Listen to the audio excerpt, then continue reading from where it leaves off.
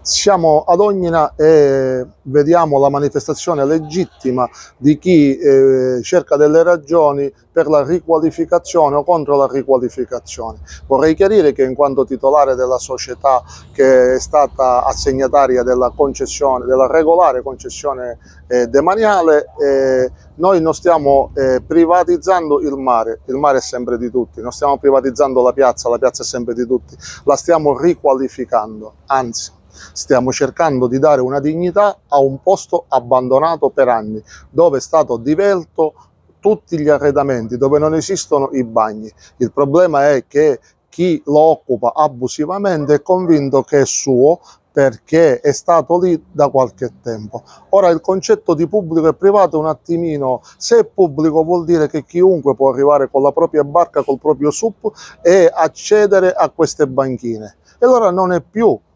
libero, è occupato da questi signori. L'amministrazione ha pensato bene di mettere a reddito, come si fa con tante cose, le banchine, dandole a un privato, il quale ne risponderà per la pulizia e per tutto quello che serve a mantenere un porto decoroso e dignitoso.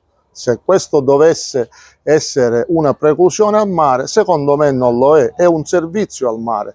Chiunque vuole può approdare, ma indubbiamente deve riconoscere che il privato sta spendendo dei soldi e quindi deve recuperare questi soldi. Dato che l'amministrazione non lo ha fatto, demanda ai privati, ma si fa in tanti settori, l'adeguamento di un posto abbandonato.